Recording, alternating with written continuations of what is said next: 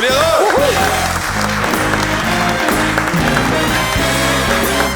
Más de 200 años aquí. Más seguro. Reunidos. 240.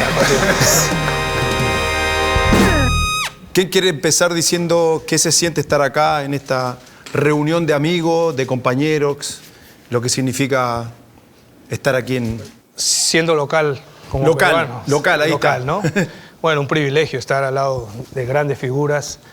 Hemos tenido la posibilidad de compartir lindos momentos. Pero lo más lindo de todo esto es que termina esto para nosotros, sobre todo que hace rato hemos dejado, y que esta bonita amistad, ¿no? Megas figuras como ustedes, la verdad que es un privilegio y un honor, una satisfacción muy grande y gracias por dejarme compartir esta linda mesa.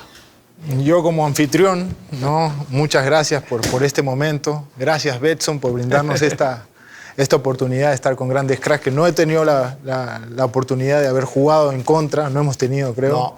Con Mario Sin, nos hemos dado bastante.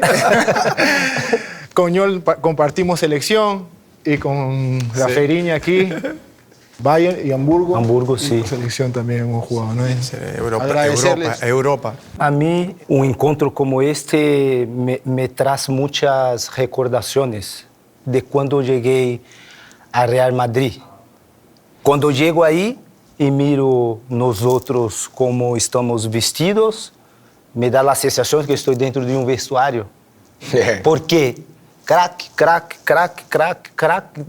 no sé si fui crack. No sé si fui crack, tengo que ser modesto. Bueno, ¿Y Marito? Creo que de los que estoy aquí soy el único que puede jugar con todos. A todos les habré pegado una patada, pero siempre fue sin querer. Siempre fue sin querer. A mí me la he pegado después de retirado, inclusive. Pero nos damos un abrazo y hablamos de fútbol y somos amigos todos. Creo que cada uno de nosotros marcó un legado importante donde estuvimos, pero todos tienen una historia distinta. Yo comencé en un equipo 3.000 metros de altura, en donde no estaba acostumbrado yo a jugar en altura. Comencé con 17 años, ahí comencé mi historia. Y mi historia fue muy ascendente porque yo debuté con 17 y a los 20 años ya estaba jugando en Suiza, en el extranjero. Entonces fue muy rápido todo. Yo creo que todos acá tenemos una historia, no sé tú cómo comenzaste. ¿En qué momento se te ocurrió ser futbolista?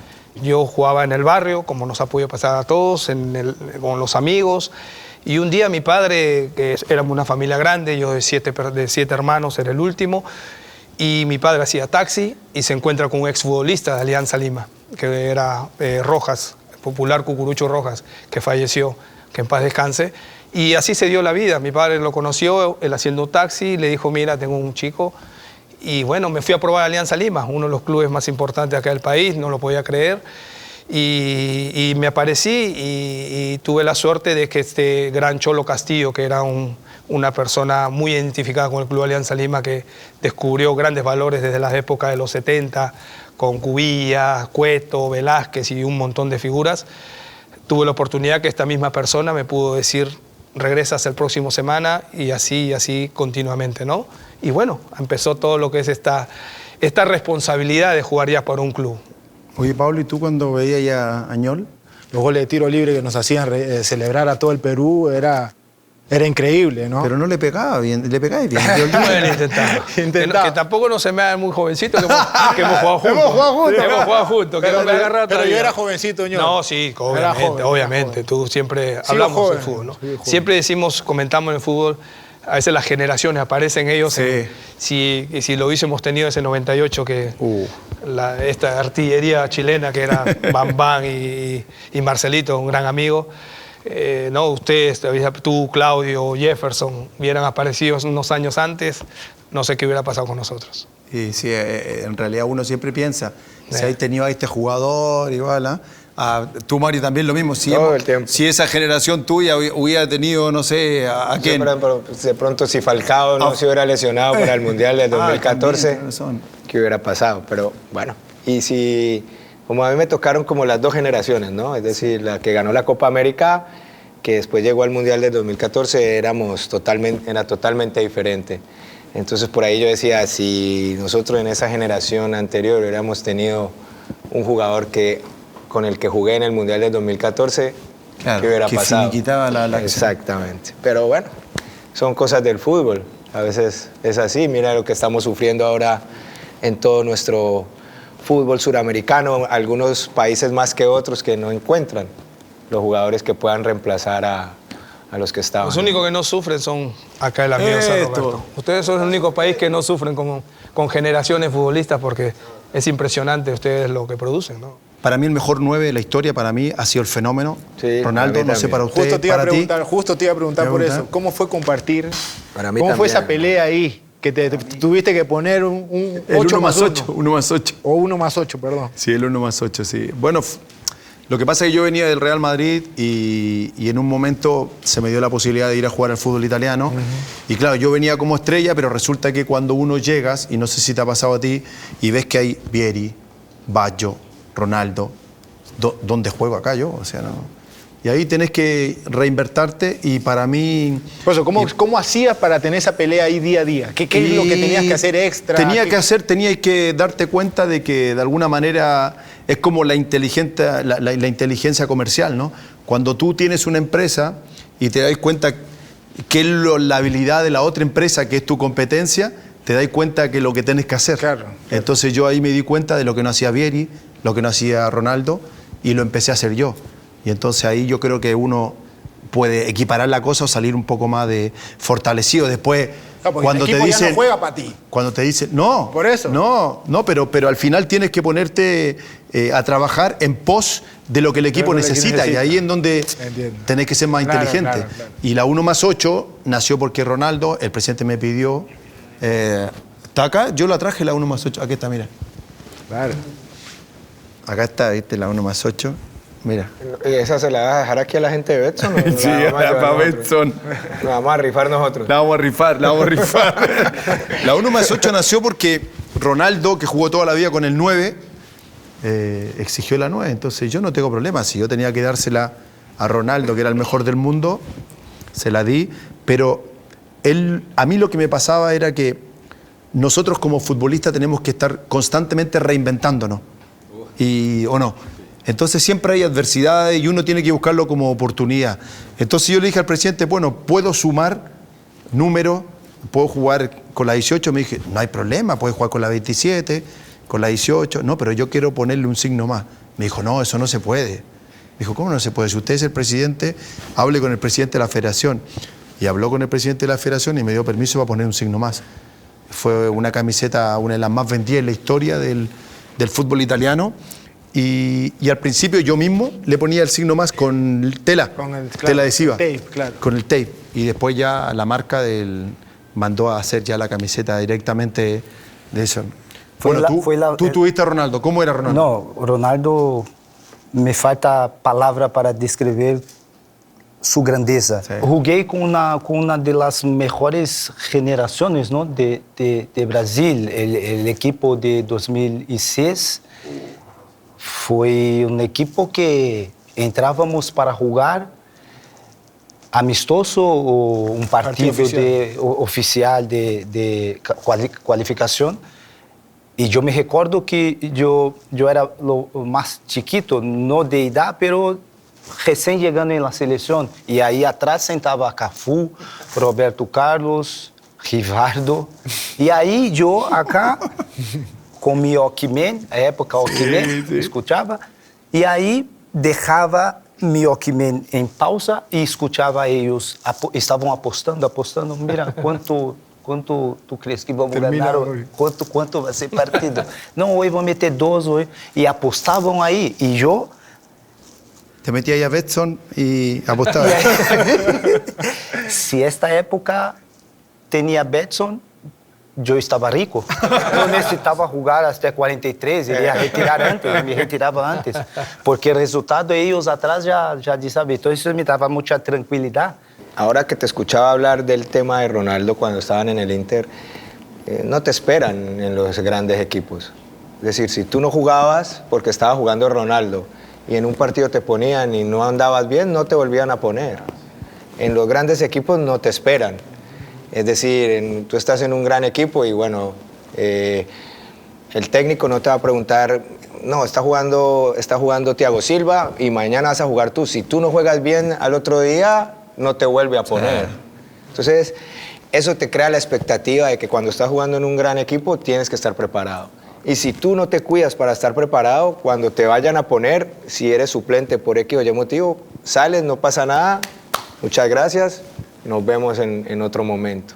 Entonces, todas esas expectativas y esa mentalidad la tiene el jugador suramericano, porque a todos nos ha costado sufrir en todos los equipos que hemos estado, porque si has estado en un equipo grande es porque hay grandes jugadores. Pero sobre todo nos ha costado un poco más lo físico, ¿no? Exactamente. Pero, por ejemplo, yo creo que a ti no te ha costado tanto lo físico en Europa. Yo creo que tú llegaste en un momento extraordinario y en los equipos europeos que tú jugaste, tu mayor función era la diferencia física que le marcáis a todos. El ida y vuelta. ¿Cómo viste tú eso? Yo diría que, Iván, fue importante el físico, pero también una parte importante en mi carrera desde chico fue me adaptar a jugar en otras distintas posiciones. Entonces, empecé a jugar como 10, después me fui como un punta y también como un lateral. En mi época eras normal, yo creo que en nuestra época eras normal. El entrenador mirar a ti y ver que tú puedes jugar en otras posiciones. Nosotros movimentábamos, jugábamos en otras posiciones y esto me ayudó mucho a ser un jugador polifuncional. Polifuncional.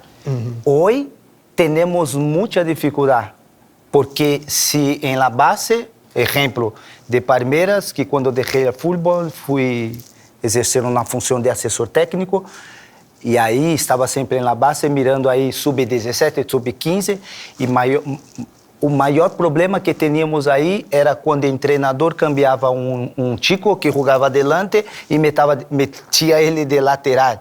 A primeira coisa que ele fazia era chamar a seu empresário e seu papá. E aí, empresário e papá diziam para o treinador, se meu filho não joga nessa posição, vamos sacar ele de... El gran problema que muchos chicos no lleguen a ser futbolistas son los papás, eso estamos claros. Todos tenemos una historia distinta, ¿no? Así es. Tú tenías una historia muy especial, yo he leído tu historia. Sí. ¿Qué rescatáis de tu historia de tu infancia? Mis padres estuvieron atrás mío. Sí. Igual siempre el sueño de todo jugador, de todos nosotros tuvimos un sueño, ¿no? Sí. Y personalmente dentro de mi cabeza era jugar al fútbol. Yo quiero ser jugador de fútbol profesional, ¿no? Pero claro, si no tienes a tus papás atrás, porque a veces uno queriendo o no, claro, yo por lo menos en mi situación yo destacaba en mi categoría y me subieron a jugar con más grandes. Entonces cuando bajaba mi categoría como que no quería correr, no quería. Mis papás eran claros conmigo. Hey, todavía estás a tiempo de agarrar tus libros. ¿Eh? Cuando me veían que ellos le decían pacharaqueaba en el campo. Sí. Estás pacharaqueando en el campo. Porque yo ya me creía un jugador y digo, no, puta, voy a jugar con los de mi categoría. Yo ya juego con los de 20 años y yo tengo 16 años. Me paseo aquí. Entonces mis papás eran, hey, estás a tiempo de ponerte a estudiar. ¿Eh? Si no quieres jugar al fútbol, tú nos dices y agarras tus libros. ¿Pero sacrificaste algo por llegar a ser jugador de fútbol? Sacrifiqué de estar lejos de mis padres, ¿ya? Sacrifiqué de los amigos, sacrifiqué de privarme de ir a discotecas, diversión, alcohol y todo lo que hoy ves que los muchachos hacen. La comida, que aquí en el Perú, bueno, ya ustedes saben que aquí tenemos la mejor gastronomía. Pero bueno, se sacrifican muchas cosas. O sea, el no estar con mis padres juntos, el no verlos, o sea, y irme a Alemania con tan solo 17 años para mí fue durísimo. Durísimo. En mi caso, yo tenía mis dos padres que no querían que fuera futbolista.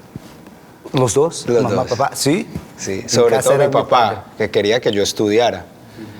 Entonces el sacrificio de hacerle cambiar esa idea a tus padres no es fácil. Y ese sacrificio me lo hice solo prácticamente, es decir, darle hasta que llegó un momento donde les dije que esto era lo que quería hacer y que a esto me quería dedicar. Entonces, dentro de todo es, entre cada uno de nosotros, para poder lograr sus sueños, tiene que hacer un sacrificio diferente en cada caso, pero al fin y al cabo el que no sacrifica algo no va a conseguir llegar a su sueño, que era jugar al fútbol, después jugar en Europa, jugar en otro club importante, jugar en la selección por mucho tiempo, y eso lo hace el sacrificio. ¿Y tu apuesta desde la infancia, cuál fue? Yo salí de un barrio muy pobre. Mi familia no tenía papá, como lo tuyo, Paulo, que te acompañó el tiempo todo. Quien me incentivaba a continuar el fútbol era mi mamá. Y yo, de chico, de 9, 10, 11, empecé en una escuela llamada Pequeninos. Y ahí iba todo fin de semana con mi mamá, pero no quería ir con mi mamá, porque la mayoría de los chicos iba con su papá, iban con su papá. Yo tenía vergüenza de llegar con mi mamá. Entonces mi mamá me llevaba, dejaba yo ahí al campo y se retiraba, porque ella no podía estar junto con los padres, porque era mujer.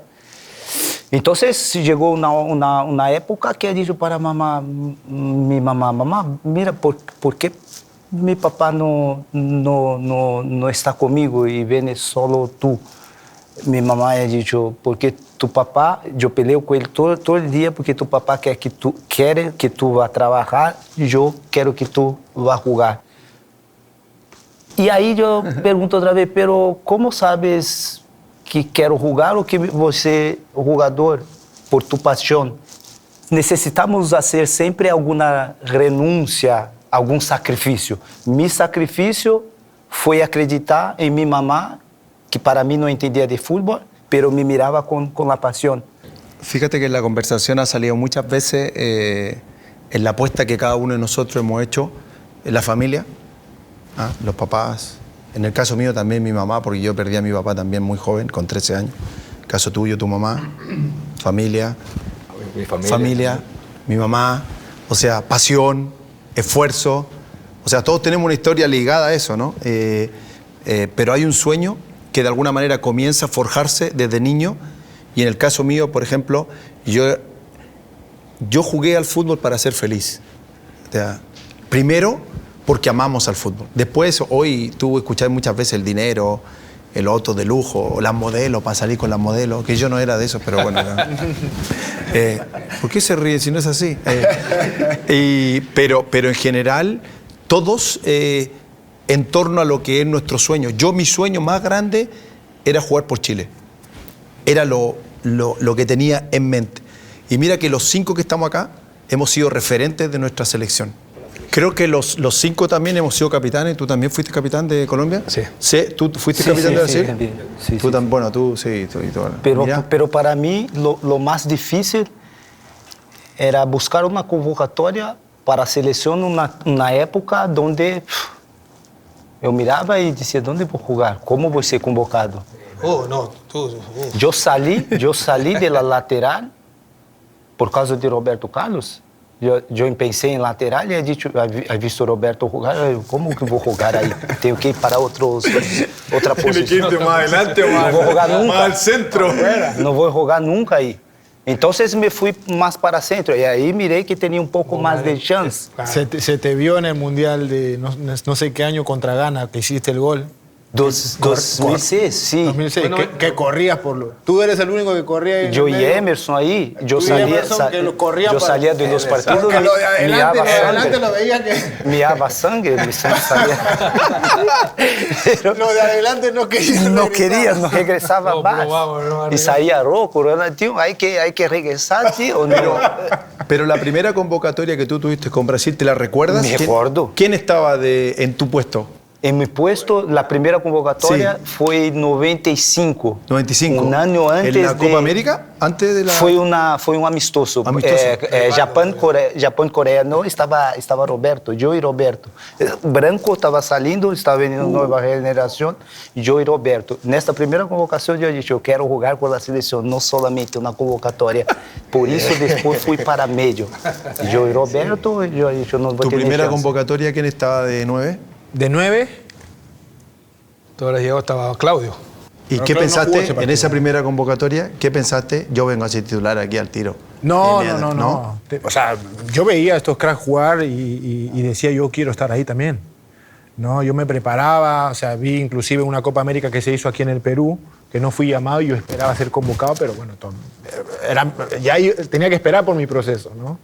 A ti te va a cambiar la pregunta. Dímelo. ¿Qué se siente cuando no se es convocado y tú sentís que tenés la posibilidad para apostar? ¿Te pasó? Claro que me pasó. Me pasó una época que llegó un entrenador que veía que no podía estar en la selección. Y fueron 6 meses que duró el entrenador y fueron muy difíciles. Porque primero no podía ayudar a la selección. Porque aparte no era que estuviera muy bien, entonces no podía ayudar a la selección. Entonces, no poder ayudar a tu país, cuando tú estás representando no solamente a ti y a tu familia, sino a muchas personas, no es sencillo. ¿Qué hacía? Tratar de buscar la posibilidad de en algún momento volver, estar preparado para volver, que cuando volviera, lo que hablábamos ahorita, estar listo para representar a tu país y volver a quedarte. Y bueno, así sucedió, se fue el técnico, volví. Y ahí estaba esperando que echara el técnico, entonces para volver. Sentiste pelita ahí fuera el técnico. ¿Pero encontraste al técnico en algún sitio después o no? Sí, porque yo estuve con él. Y ¿Quién era Mario, perdón? Uno ahí. Él estuvo aquí. Sales a tomar café con él, no quiere hablar. Pero estuvo y después estuve con él, pero tuve muchos problemas con él. Y después no quiso y volví y bien. Yo la tuve en el Real Madrid. Yo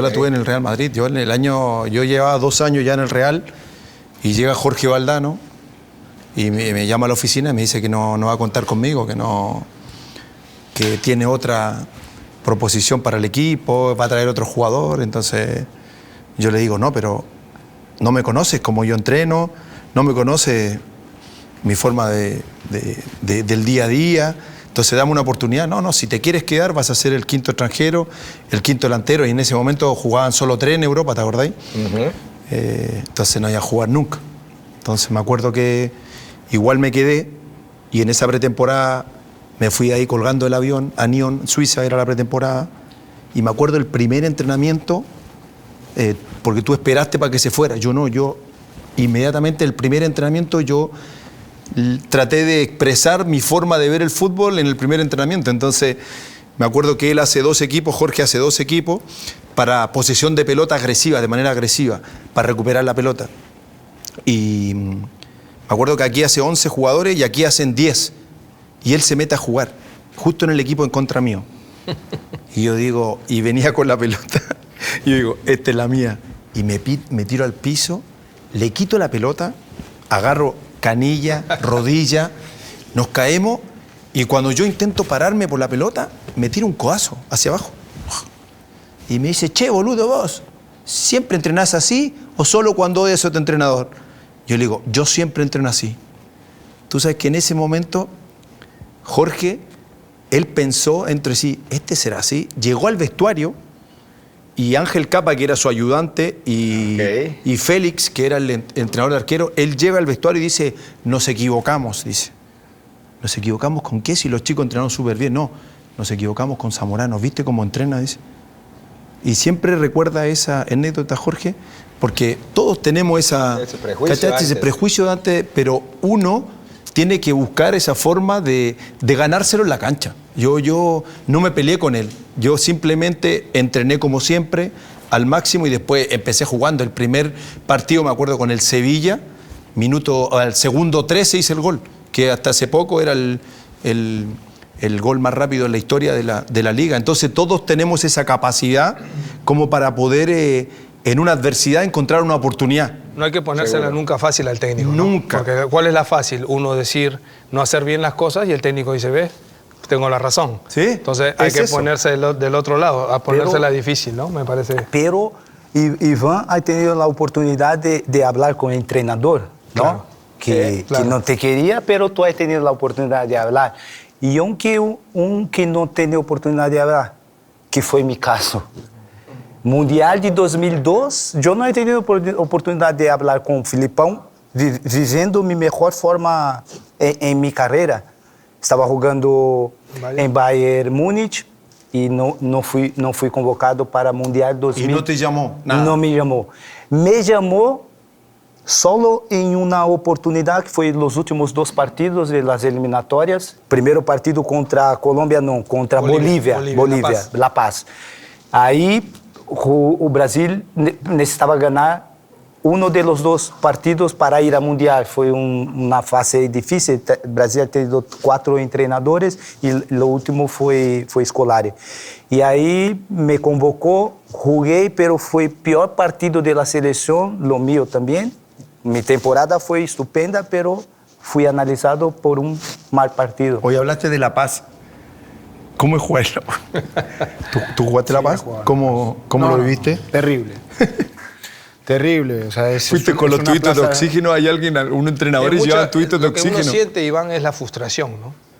Es más frustrante de lo que, con todo respeto, porque a nosotros nos tocó, a ti te tocó también, Iván, esa generación de Bolivia, el 94. Echeverri. Sí, eso jugaban bien sí, jugaban y muy encima bien. la altura. Pero Sí. después, creería yo, que de que nos tocó enfrentar es la frustración de esa altura, de no... Primero para empezar, el campo no ayuda.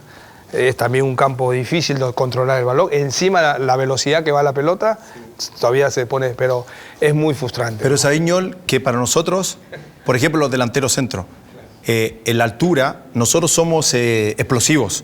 Nosotros somos de pique y descansa. Pique y claro. El mediocampista a lo mejor va... No, hay que seguir trotando. Trotáis. Nosotros, Claro. velocidad. Claro. Por eso yo, cada vez que me pegaba un pique, tardaba 2 minutos en recuperarme, 3 minutos. No sé si te pasaba a ti. Me ha pasado, o sea, era terrible. Pero ha cambiado. Yo creo que, bueno, Mario, viste que la altura ahora pero se Mario siente, también juega en la menos. altura. Claro, pero pues se siente menos, ¿no? Pero ahí, usted, no sé si Pablo le tocó, pero ustedes 3 seguro sí que jugamos a la 1 ya. Sí. En una época se jugaba a la 1 de la tarde, era imposible con el sol aquí. Sí. Y ahora me parece extraño que estamos hablando de anécdotas que para jugar allá los jugadores toman Viagra. Ah, no sé, eso yo... ¿Sabía eso? No sabía, yo no lo entendía cuando vi. Toman Viagra, sí, toman Vitafel, pero macho. Acá en Perú hay sopa, ¿En serio? sopa de cóndor, han inventado tantas ¿En serio? cosas. Porque- Leche de tigre, toma nada. Pero de verdad, la última vez que fuimos... Yo nunca lo he experimentado. Pero Pues yo tampoco. Viagra. Me parece, no me Pablo, tocó eso. Me parece, Pablo, Sí, no, de verdad. Viagra, ¿no? los entrenamientos de hoy en día, Vitafel, es un entrenamiento de la intensidad, te ayuda a superar la Vitafel, altura. pero Ya todo, ahora van a Bolivia. Então, não sei para que serve Viagra para jogar. Porque es un vasodilatador y dice Dilatorio. que la altura ayuda. hace retener y entonces suelta la sangre más fácil. El problema es que si pierdes problema- el después problema del después del partido, partido. te vas a bañar. Yepe jugó 2 veces en Nadie altura, quiere ir a pero la ha tomado ducha. más de 2 Viagra en su vida. Yo estoy seguro. Nadie quiere ir a la ducha después del partido. Nadie quiere ir a la ducha. Es verdad, sirve. Supuestamente sirve. Sirve, ¿no? Sí, son los médicos acá. Sí, sí, sí. Sobre todo acá en Perú. No, hay ¿en serio? sopa de cóndor.